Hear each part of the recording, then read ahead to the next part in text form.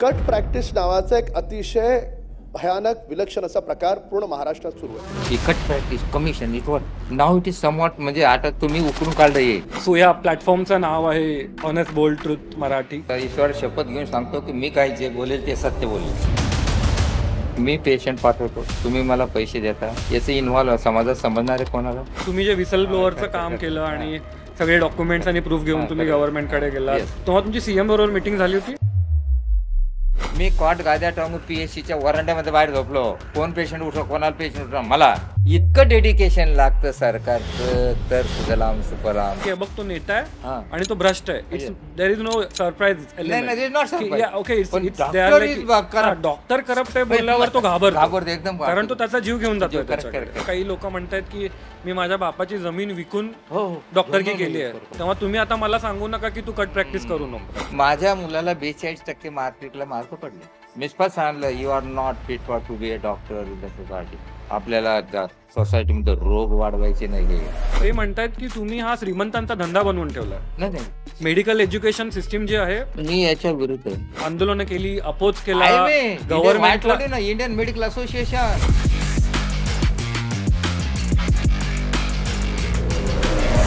So finally Mumbai Goa हायवेच्या खड्ड्यांबरोबर गप्पा मारत 4-5 तासांचा प्रवास करत आम्ही महाडमध्ये पोहोचलोय.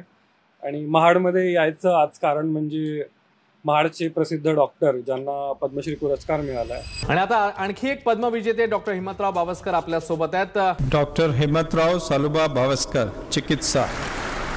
त्या डॉक्टर हिम्मतराव बावस्कर यांच्याकडे आपण आलेलो आहोत. जो आमचा प्लॅटफॉर्म आहे, media platform HBT Marathi, honest bold truth Marathi, त्याच्यावरती आम्ही एक स्टोरी टाकली होती. कट प्रॅक्टिस नावाचा एक अतिशय भयानक विलक्षण असा प्रकार पूर्ण महाराष्ट्रात सुरू आहे. एखादा रुग्ण एखाद्या हॉस्पिटलमध्ये ऍडमिट जरी झाला तरी तिथे 25% पासून 40% पर्यंतची कट प्रॅक्टिस आहे. चेकनी पैसे देतात हे लॅबवाले, हे हॉस्पिटलवाले चेकनी पैसे देतात त्या डॉक्टरला. जेव्हा या कट प्रॅक्टिस बद्दल मी रिसर्च करत होतो तेव्हा लक्षात आलं की याच्यावर एका व्यक्तीने आवाज उठवलाय, खूप स्पष्टपणे बोल्डनेसने एक आवाज उठवलाय, आणि ते होते डॉक्टर हिम्मतराव बावस्कर. तर एक विसल ब्लोअर म्हणू शकतो आपण त्यांना. नमस्कार डॉक्टर. सो या प्लॅटफॉर्मचं नाव आहे honest bold truth Marathi. So we are expecting same from you की जे ट्रुथ आहे यामधलं तर तुम्ही बोल्डपणे मांडणं अपेक्षित आहे. मी आता सर्व ईश्वर शपथ घेऊन सांगतो की मी काय जे बोलेल ते सत्य बोलेल, कारण तुमच्या चॅनलचं नावच ते. या प्रवासामध्ये पहिल्यांदा कट प्रॅक्टिसचा अनुभव तुम्हाला कसा आला? तुम्हाला अनुभव स्वतःला यायच्या आधी तुम्हाला माहिती होतं का की ही प्रॅक्टिस मार्केटमध्ये चालू आहे? तो मला आता आपण त्या विषयाकडे जाऊया. आणि हे बघा, एकदा काय झालं, फार दिवसापूर्वी मी कोल्हापूरला असताना तिथं एका माणसाने ECG पाठवला मला.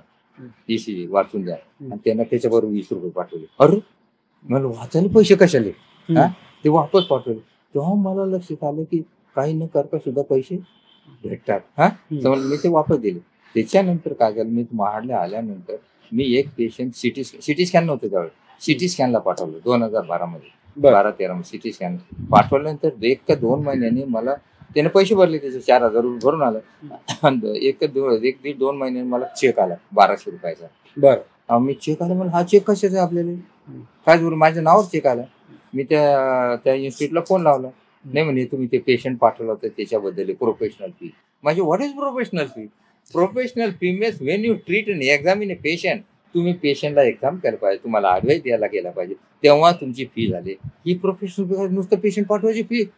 मी तो चेक तसाच ठेवला, चेक वापस भेटला, आणि त्याला सांगले न्यू चेक त्या ज्या पेशंटला 4,000 घेते त्याला हा 1200 रुपये चेक त्याच्या नावावर करून द्या. त्याने नावावर करून दिला. त्या चेकची झेरॉक्स काढून ठेवली मी आणि महाराष्ट्र मेडिकल काउन्सिलला वाचून दिली. मग महाराष्ट्र मेडिकल काउन्सिलला त्याच्यावर खूप मीटिंग घेतल्या, हे केलं. नंतर त्याच्यावर कमिटी नेमली. 12 ते 17 पण काही त्याचं काही हे झालं नाही, कारण ते नोबडी वाज. तुम्ही जस्ट रिवाइंड बॅक, तुम्ही पहिल्यांदा ती मेडिकल मेडिकल काउन्सिल दिली. तुम्ही ते सगळं लिहिलं, सगळं लिहिलं की असं होतं, पाठवलं. त्यांच्याकडून काय रिस्पॉन्स? त्यांच्याकडून त्यांनी ते दिलं की आम्ही आता विषय पुढे नेऊ. मीटिंग काढल्यानंतर सरकारनंतर पुढे डिटेल काय करायचं. नंतर तिथे मीटिंग झाल्या, मीटिंगला बोलवलं. नंतर एक समिती गठीत झाली, आणि त्या समितीमध्ये मग हे कोण कोण लोक होते, प्रवीण दीक्षित निवृत्त पोलीस, अविनाश सुपे, बरं. नंतर संजय ओक, बरं. नंतर रमाकांत मांडा, मी डॉक्टर भावस्कर, प्रवीण शिंगारे DMRE, सुरेश बारपांडे सहसंचालक, अमित कार्नाज लिगल ॲडवायझर, या लोकांची आमची मीटिंग भरली. मीटिंग झाल्यानंतर आता काय माहिती का, कट प्रॅक्टिस नसते मेडिकल प्रोफेशन मध्ये असं नाही. ऑल स्टेट ऑफ लाईफ हा फक्त इथं प्रॉब्लेम काय, हा प्रोफेशनल आहे, नोबेल प्रोफेशनल आहे. एक्झॅक्टली. सो मला हे सांगायचं की एखाद्या ले मॅनला, कॉमन मॅनला मी हे सांगितलं की बघ तो नेता आहे आणि तो भ्रष्ट आहे, there is no surprise. Doctor corrupt आहे बोलल्यावर तो घाबरतो एकदम, कारण तो त्याचा जीव घेऊन जातो आणि त्यामुळं त्याला इतकं ट्रॅक्शन मिळालं, स्टोरी इतकी व्हायरल झाली. आणि हेच मला हे नेक्सस मला बेसिकली समजून घ्यायचं की हे नेक्सस चालतं कसं, याच्यामध्ये कोण कोण, म्हणजे मला वाटतं यात फार्मासिस्ट, डॉक्टर आहेत. आणि याच्यावर पहिला आहे का, याच्यानंतर मीटिंग झाल्या, मग आम्ही त्याच्यावर लॉ तयार करायचं ठरवलं, हेल्थ ऍक्ट तयार करायचं ठरवलं, नंतर त्याचे निर्णय हे तयार केले आणि त्याच्यानंतर ते लॅन्सेट मध्ये पब्लिश झालं, ब्रिटिश मेडिकल जर्नल मध्ये पब्लिश झालं. निर्णय याच्यानं की असं कट प्रॅक्टिस. आता कट प्रॅक्टिस काय आहे, cut practice is non exposure phenomena. बर, मी पेशंट पाठवतो, तुम्ही मला पैसे देता, याचे इन्व्हॉल्व समाजात समजणारे कोणाला, याचीच आहे. कट प्रॅक्टिस बंद कधी होईल, ज्यावेळेस आपण दोन्ही सुधरून जाऊ, ज्यावेळेस तुम्ही आणि मी, देणारा आणि घेणारा, कन्सल्ट विथ द पेशंट, पेशंटला आपण काहीतरी करायचं, आपण ते करतातच, पण तो अजून बेनिफिट देता आलं तर हेच होतं. मग त्याच्यामध्ये आम्ही ते मीटिंग मध्ये ठरलं गेलं लॉज असा ठरला गेला की कट प्रॅक्टिस पकडल्यानंतर, कट प्रॅक्टिस सुद्धा काय इंडिव्हिज्युअल डॉक्टरसाठी होते किंवा आरोग्य कोणते जे आरोग्य समजा कंपनीच्या विरुद्ध होत नाही. आता हे 1200चा चेक दिल्यानंतर MMC त्याच्या विरुद्ध कोर्टात गेली, कोर्टात गेल्यानंतर शेवटी ते सुटले. कशी सुटली कंपनी की commission can not be taken as reckon a punishment or involve in the company. Okay, individual होऊ शकते. मग त्याच्यासाठी प्रवीण दीक्षित यांनी मीटिंग घेऊन आम्ही सांगले company can be taken in this court. आणि ते झाल्यानंतर मग हे सगळं कंपनी, आणि त्यावेळेला आम्ही हे केलं की कमीत कमी 5 वर्ष सजा क्रिमिनल आणि 50,000 रुपये दंड. पण याच्यामध्ये हे काय की this doctor cannot be diagnose become criminal. हे बाकीच्यासाठी फौजदारी गुन्हा दुसऱ्या तोच गुन्हा या डॉक्टरकडे लावता येत नाही. It is a very absolute. त्याचा आम्ही सुद्धा त्याच्या विरुद्ध होतं की पनिशमेंट कमी घ्या आणि पैसे दंड सुद्धा कमी करा. त्यामुळे हे झाल्यानंतर हे जेव्हा गव्हर्नमेंटकडे जाणार, गव्हर्नमेंटकडे गेल्यानंतर इंडियन मेडिकल असोसिएशनने 21 पॉईंट शोधून याच्या विरुद्ध केलं आणि ते मटेरियल तसंच थांबलं. ओके, असं समज दिसे हे मटेरियल इथंच असंच थांबलं. पुढे आता काय प्रगती होईल आता सरकारवर अवलंबून आहे. परंतु हे जे फेनॉमेना आहे, ही फेनॉमेना बंद कधी होणार, unless and until moral of the both giver and taker improve. Okay, मला वाटतं 2 वेळा हा बिल आणायचा प्रयत्न केला तुम्ही. एक बोलताय 2013 जेव्हा तुम्ही 2017 तुम्ही जे विसल ब्लोअरचं काम केलं आणि सगळे डॉक्युमेंट्स आणि प्रूफ घेऊन तुम्ही गव्हर्नमेंटकडे गेला, तेव्हा तुमची सीएम बरोबर मीटिंग झाली होती? नाही. ओके, सो तुमची महाजन ओके कमिटी आणि जे आरोग्य मंत्री होते तेव्हाचे, ठीक आहे. पण त्यानंतर मला वाटतं 2017 साली झालं. हा, आणि त्याचं एक रिझन होतं की जे मध्ये 2 वेळा हा मुद्दा, म्हणजे जेव्हा जेव्हा असं काही येतं या बिलचा पुरा सरफेस होतं की बिल आहे. सो 2 रिझन असे होते.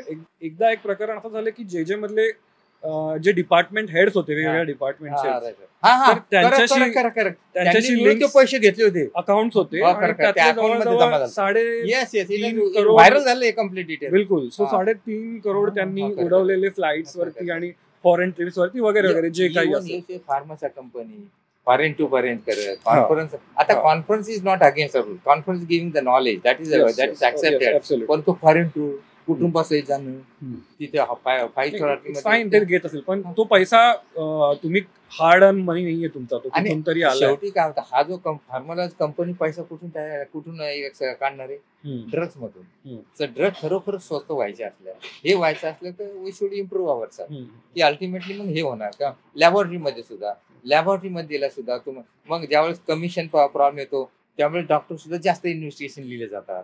समजलं. एक Yes. ब्लडच्या मग 7-8 इंजेक्शन करा, म्हणजे कमिशन, जो कमिशन ओरिएंटेड आहे हा. तो मग कमिशन जास्त घेतो. आणि दुसरी गोष्ट, पेशंट सुद्धा खूप हे झाले. पेशंट सिटी स्कॅन करूनच येतात. आम्ही आता म्हणलं तेव्हा पोट देऊ म्हणलं की आपण तपास नाही, सोनोग्राफी करून येऊ का, डोकं सिटी स्कॅन करून येऊ का.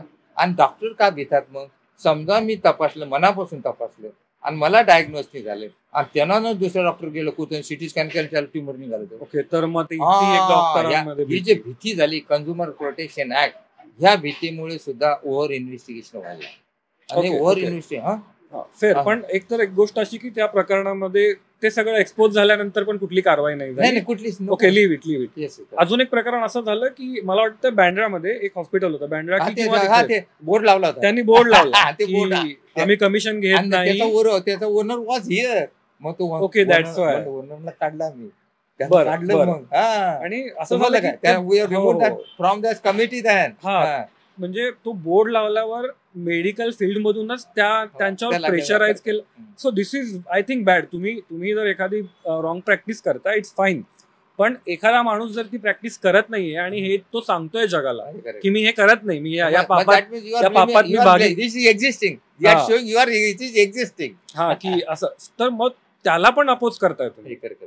सो दिस इज लाईक की मी पण करप्ट आहे आणि तुला माझ्या बरोबर करावं लागेल.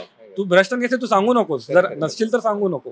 So that's I was like की असं का हे जे झालं होतं ना, ह्यामुळे हे ज्यावेळेस this was in very firing stage, की cut practice commission, it was now it is somewhat, म्हणजे आता तुम्ही उकरून काढलं ये, नाही तर it was now no more it is. आणि आता काय झालंय, आता सुद्धा कट प्रॅक्टिस काही काही ठिकाणी चेक न देतात, चेक देतात प्रोफेशनल टीम म्हणून. आणि त्यामुळे एक होत गेलाय when doctor is treated as a customer. एक मी ऑब्झर्व केलंय की एक हॉस्पिटल असतं, छोटासा दवाखाना आणि त्याच्या बाजूला एक मेडिकल असतं. त्या डॉक्टर कडून जे प्रिस्क्राईब केलं जातं ते त्याच मेडिकलमध्ये मिळतं. आणि आय डोंट नो, हे नेक्सस मला आय फील की त्यात काहीतरी ऑल ओव्हर महाराष्ट्र एक्झिस्टिंग. हा, इट्स एव्हरीवेअर. आणि मुद्दा एम काय की आमचा पेशंट आहे, ताबडतोब त्याला मेडिसिन भेटावं त्याच्यासाठी. बट प्रॅक्टिकली हे दोन different profession, pharmacist and. So हे नेक्सस कसं काम करतं, याच्यामध्ये कट प्रॅक्टिस आहे का? हा, ऑफकोर्स. याच्यामध्ये काय माहितीये का, प्रॉब्लेम असा आहे की त्याच्यामध्ये कट प्रॅक्टिस आहेच. बाबा हे ड्रग लिहिलं, घेतलं, तुम्हाला हे कमिशन भेटले सर, त्या केमिस्ट माझ्या दिले, त्याचं भाडं त्या खोलीचं, समजलं, त्याला हेच औषध आणा, जे औषध आणा हे कंपल्सरी लागतं, इतकं कट प्राईस देणं पडतं. लॅबॉरेटरीज तसं, तिथंच लॅबॉरेटरी ठेवलं सुद्धा हे, म्हणजे this process is existing and going on. Exactly. पण काय मला हे काय चालतं, कसं चालतं? बरं, याच्यामध्ये तो ड्रगिस्ट आणि डॉक्टर हे दोघंच इन्व्हॉल्व आहेत की त्यांच्या दोघांच्या वर एक फार्मासिस्ट कंपनी आहे ती ज्या दोघांना? नाही, ते काय, आता हा जो फार्मसिस्ट असतो, फार्मर कंपनी याला ते ड्रग देणार.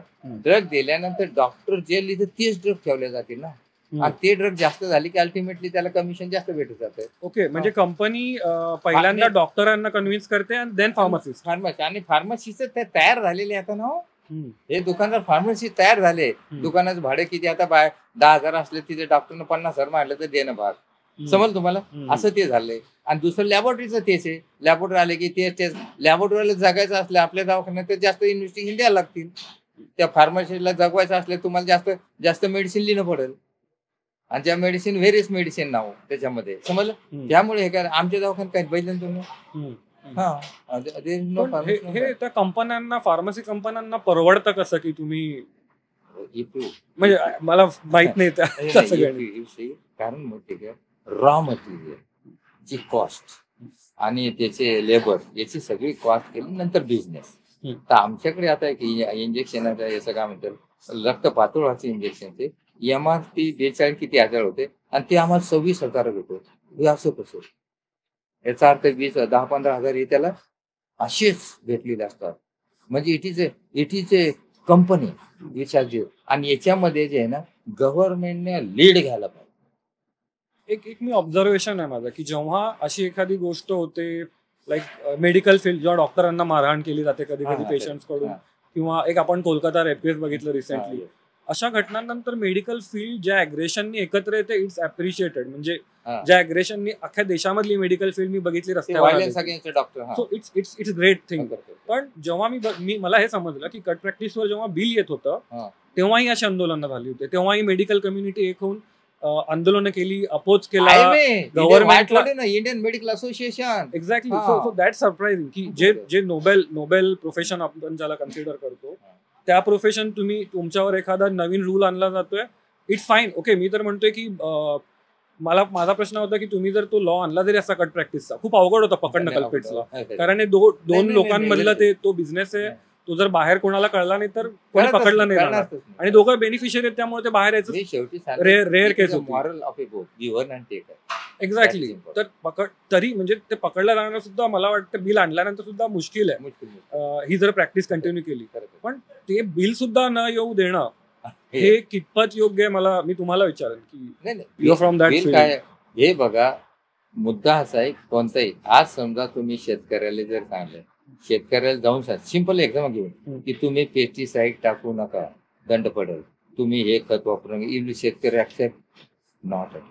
तुम्हाला सेम फेनॉमेना, कोणाला नियमात काम करायला त्रास होतो, आणि सुरुवातीला त्रास झाला तर पण नंतर ते ऍक्सेप्ट झाला तर रुटीन. आता बाकीच्या देशामध्ये आहे ना, जे सगळे नियम सगळं राहिले, कसे करायचं, काय करायचं, सगळं ठरले. पण आपल्या देशामध्ये काय, एक पॉप्युलेशन इज एक्सप्लोडिंग, समज तुम्हाला, आणि पॉप्युलेशन हॅज मिनिमम व्हॉइस, आणि ते रूल्स आणण्यासाठी जर गव्हर्नमेंटनं प्रयत्न केले की पॉप्युलेशन जास्त आहे, voice, it is a country of a democracy, समज तुम्हाला, त्यामुळे ते आणता येणार. आणि हे आणण्यासाठी आणलं तरी तुम्ही सांगितलं की याचा फायदा शेवटी टार्गेटला जाणारच नाही ना, ते टार्गेट शेवटी. आणि याच्यामुळे आता गव्हर्नमेंटच्या पुढे काय केलं, MBBS ला शिकवणार सुद्धा मेडिकल इथिक्स शिकवल्या जातात. हो, तुम्ही इथिकली कसं वागायचं, इथिकली पेशंट तपासायचं कसा, ट्रीटमेंट कसं द्यायची, पेशंटचा रिलेशन, पेशंटचा इंटरप्रिटेशन कसं करायचं, कट प्रॅक्टिस, त्याच्यावर सगळं इन्व्हॉल्व झालं मेडिकल फील्डमध्ये सुद्धा. एक गोष्ट मला लक्षात आलं की बरेच जण याला ब्लेम करतायत, मेडिकल एज्युकेशन सिस्टीम जे आहे त्याचा जे मॉड्यूल आहे त्याला ब्लेम करतायत. ते म्हणतायत की तुम्ही हा श्रीमंतांचा धंदा बनवून ठेवला. नाही, मेडिकल एज्युकेशन सिस्टीम जे आहे, मी याच्या विरुद्ध आहे. मेडिकल एज्युकेशन श्रीमंताचा धंदा झालेला नाही. हुशार मुलाला, चांगल्या मुलाला कॉम्पिटिशन मध्ये उभं झाल्यानंतर गव्हर्नमेंट ऍडमिशन भेटते ना. जर आई बापांना खरोखर माझा मुलगा डॉक्टर झाला किंवा त्या मुलाला सही भेटून त्याला डॉक्टर व्हायचं, त्याला पैसे लागतातच ना, समज तुम्हाला. मग ते पैसेचा तुमच्या पॅशनसाठी, तुमच्या आवडीसाठी, ते पॅशनसाठी जर तुम्ही पब्लिकला टॅक्सेबल करता तर हु इज रिस्पॉन्सिबल. बेसिकली मला सांगायचं की तुम्ही खूप खर्च करायला लावताय विद्यार्थ्यांना मेडिकलच्या, आणि मग ते जेव्हा बघतात की आम्ही बरं, त्या स्टोरीमध्ये काही लोक म्हणतात की मी माझ्या बापाची जमीन विकून डॉक्टरकी केली आहे, बापाची जमीन विकून MBBS केलंय, तेव्हा तुम्ही आता मला सांगू नका की तू कट प्रॅक्टिस करू नको. तुम्ही ज्या कॉलेजमध्ये मी ऍडमिशन घ्यायला गेलो तेव्हा माझ्याकडून डोनेशन घेतलं, तुम्ही कट प्रॅक्टिस केली, आणि तुम्ही आता मला सांगता कट प्रॅक्टिस करू नको. सो ते बोटा दाखवायचे धंदे की आधी तू बंद कर. मग मी इथलं चांगलं उत्तर देतो. जमीन विकणारा, जमीन विकून जर तो बाप मुलाला डॉक्टर करत असेल तर नंबर 1 त्याची निष्ठा जमिनीवरची गेलेली आहे. निष्ठा जी आहे जमिनीवर गेलेली आहे. ही निष्ठा गेल्यामुळे what is agriculture country, farmers are the backbone of country. कोणता शेतकरी आज देखील जमीन विकून असं करू शकत नाही, समज तुम्हाला. आणि हे जे असतं ना, हे मुलाच्या प्रेमापोटी करणं, आणि शेवटी काय होतं, जमीन गेली की सर्वस्व गेलं शेतकऱ्याचं. तुम्हाला वाटतं सर्वस्व गेलं, समज तुम्हाला असं होऊन जातं. आता जमीन विकून जर एज्युकेशन घेत असेल तर whether education has so value, त्या जमिनीवर तुम्ही व्हॅल्यू करू शकता का? हा, जमीन जनरेशन आहे. जमीन सेकंड हँड होते कधी? कॅन यू थोडी सेकंड हँड जमीन घेतली मी तर, त्यामुळे जमीन विकून हे माझ्याला मनाला स्वच्छ सांगतो, मनाला पटण्यासारखं. आणि हे जे आहे ना, डॉक्टर की जर व्हायचं असलं तर तो आमचा मुलगाच उदाहरण देतो. माझ्या मुलाला 42% मार्कला मार्क पडले. किती? 42. मी स्पष्ट सांगलं, you are not fit for to be a doctor in the society. आपल्याला सोसायटीमध्ये रोग वाढवायचे नाही, तो शेतकरी झाला. Ideal farmers in Buldhana. जे हॉस्पिटलला भाषण होतं माझं, आणि हॉस्पिटल गेल्यानंतर स्टुडंटमध्ये बसले. तर स्टुडंटमध्ये बसल्यानंतर मी त्यांना म्हणलं, बाबा जे हॉस्पिटल गरीब लोक येतात, सायन केमला गरीब, एवढे गरीब बघितल्यानंतर सुद्धा तुम्ही MD होऊन गेल्यानंतर तुम्ही कमर्शियल कसं होता, समज तुम्हाला काय? तर त्यांनी उत्तर काय दिलं माहिती का? हे पहिले हेच सांगितलं की एवढी इकॉनॉमी करावं. Next important parent, educated parent म्हणजे तू हे एवढंच केलं, तू हे करायलाच पाहिजे. आणि मनुष्य मुलाचं दैवत आई वडील असतात. आणि ते आई वडील जर आई वडिलांना जर मुलांना ट्रेन केलं नाही, तुला समाजासाठी काय काम केलं, nobody will involve in the cut practice आणि they will the good job. समज तुम्हाला. यामुळे हे आता ते हे प्रकार हे फार अलग चाललं. एक दिशा चाललं. Education is taken as a earning source, dependent source. Medical professional should be taken as a dependent source but not a earning source. You understand? समजलं तुम्हाला? असं व्हायला पाहिजे. ते बाकीच्या सारखा इंजिनियर सारखा हा business is comfort the human life. हा काय नाही, एकदा इंजिनियरची मशीन बंद पडली डबल सुरू होते, पण मनुष्याची मशीन बंद पडली त्यामुळे so risky job, so tensionful, stressful job. आणि हे इव्हन डॉक्टर समाजाला किंवा गव्हर्नमेंटला सुद्धा माहित नाही. जो डॉक्टर पेशंट बरोबर काम करतो त्याला स्ट्रेस किती असतो. Maximum doctor dies before 50. Premature death very common because stress and strain. हा एक पेशंटचा राहतो. दुसरा कर्ज काढलं, लोन काढलं, ते इन्स्ट्रुमेंट घेतले, घर बांधत राहिलं, हे सगळं असतं. त्याच वेळी त्याला मुलं झालेली असतात, ते शाळेत जातात, ते टेन्शन आलं असतं. यामुळे हे जे एज्युकेशन पॅटर्न हे जो तयार झाला आणि हे जे इन्व्हायरमेंट तयार झालं, that is the reason to go for cut practice or earning source by any wise person. So एक ही पहिली कमेंट आहे. डॉक्टर श्रिया म्हणून आहेत. त्यांचं म्हणणं आहे डॉक्टर श्रियांचं की instead of blaming whole medical fraternity and system, first go through how rest of the fields are earning. It's a request to start from politicians first, followed by builders and government officials, including judiciary system and many more. It's wrong to target specific group of people and their service. Agreed. What is the correct. But at the same time, आपण त्यांना काय बोललो की medical professional concern to human life is a noble profession. Rest professional men can you say minister profession is a noble profession? Tell me. Ideally it should be. It should be. समजलं? That is answer. आणि next important thing आहे, त्यांनी काय बोलले, एवढं खरं हे सगळं प्रोफेशन झालं. ज्यावेळेस तुम्ही माझं मत आहे, ज्यावेळेस ॲप्रॉन तुम्ही घालता त्यावेळेस तुम्ही स्वतःला विसरून जायचं. तर डॉक्टर संकेत म्हणून आहेत. त्यांचं म्हणणं आहे डॉक्टर तरी काय करणार, तालुका अधिकाऱ्यापासून जिल्हा अधिकारी अनेक आरोग्य मंत्र्यापर्यंत सर्वांना हप्ते द्यावे लागतात.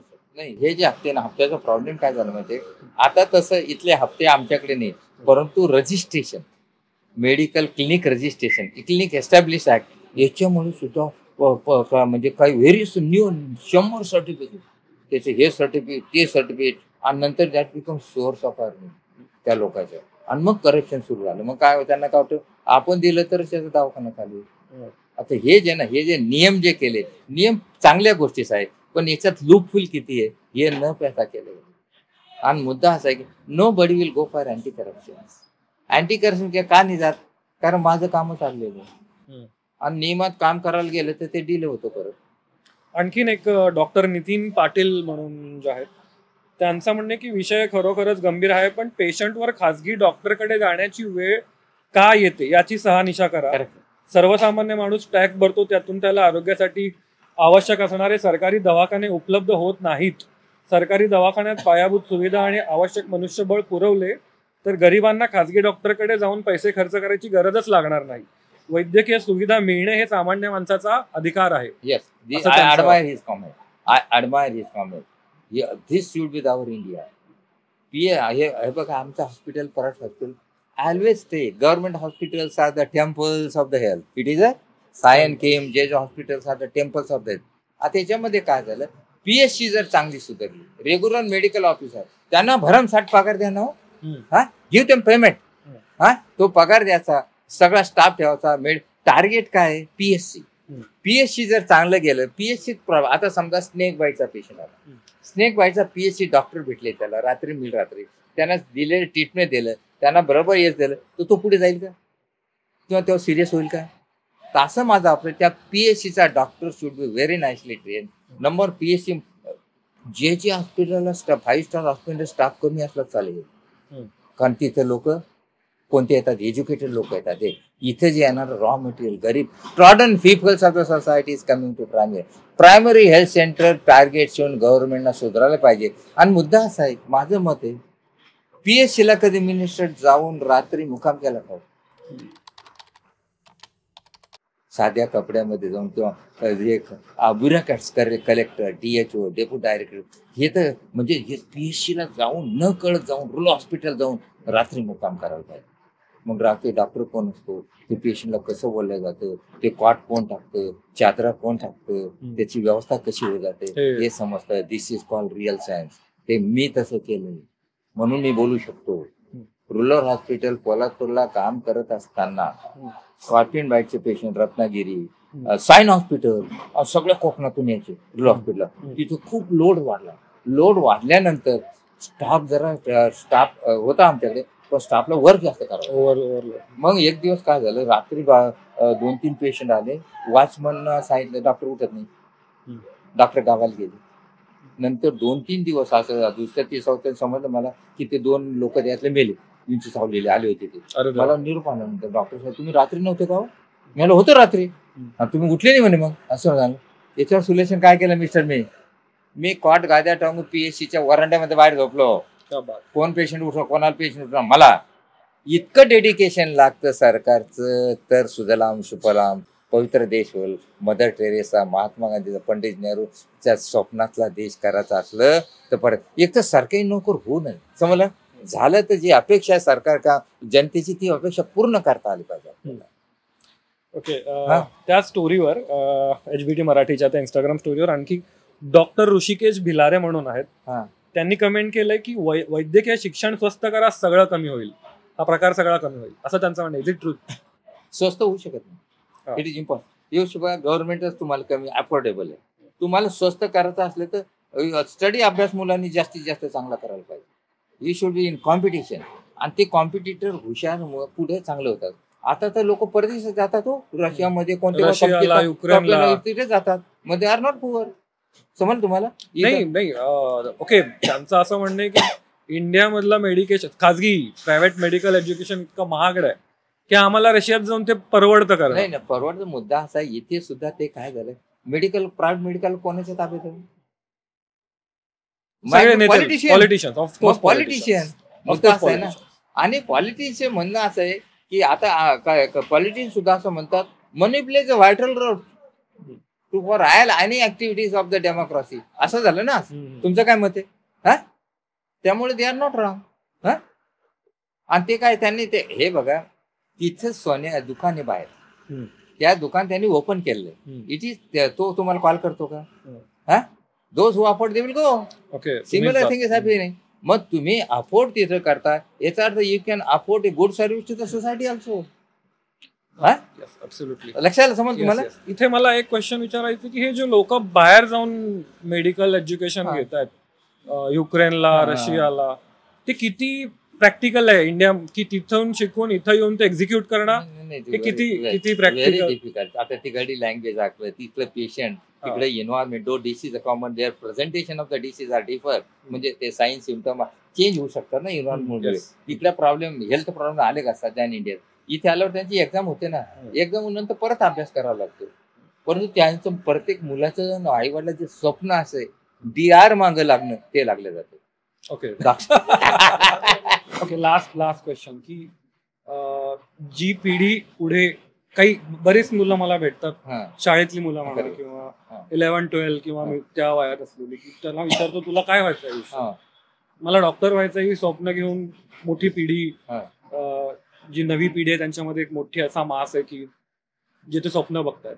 आणि you don't want, I don't want की ते या कट प्रॅक्टिसच्या दुष्टचक्रामध्ये ते पुढे जाऊन अडकावेत.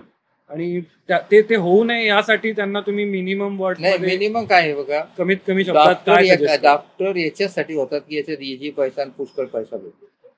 हे सोडून द्या. समजलं? तुम्हाला खरोखरच डॉक्टर डेडिकेटेड आणि समाजाची सेवा करायचा हे तुमच्या मनात असेल आणि हे तुमच्या आई वडिलांनी तुमच्यावर संस्कार पाडले असेल तरच डॉक्टर व्हा. नाही तर डॉक्टर पैसा कमावायचा असेल, you can become businessman, you can engineer, you can have other way to earn the money.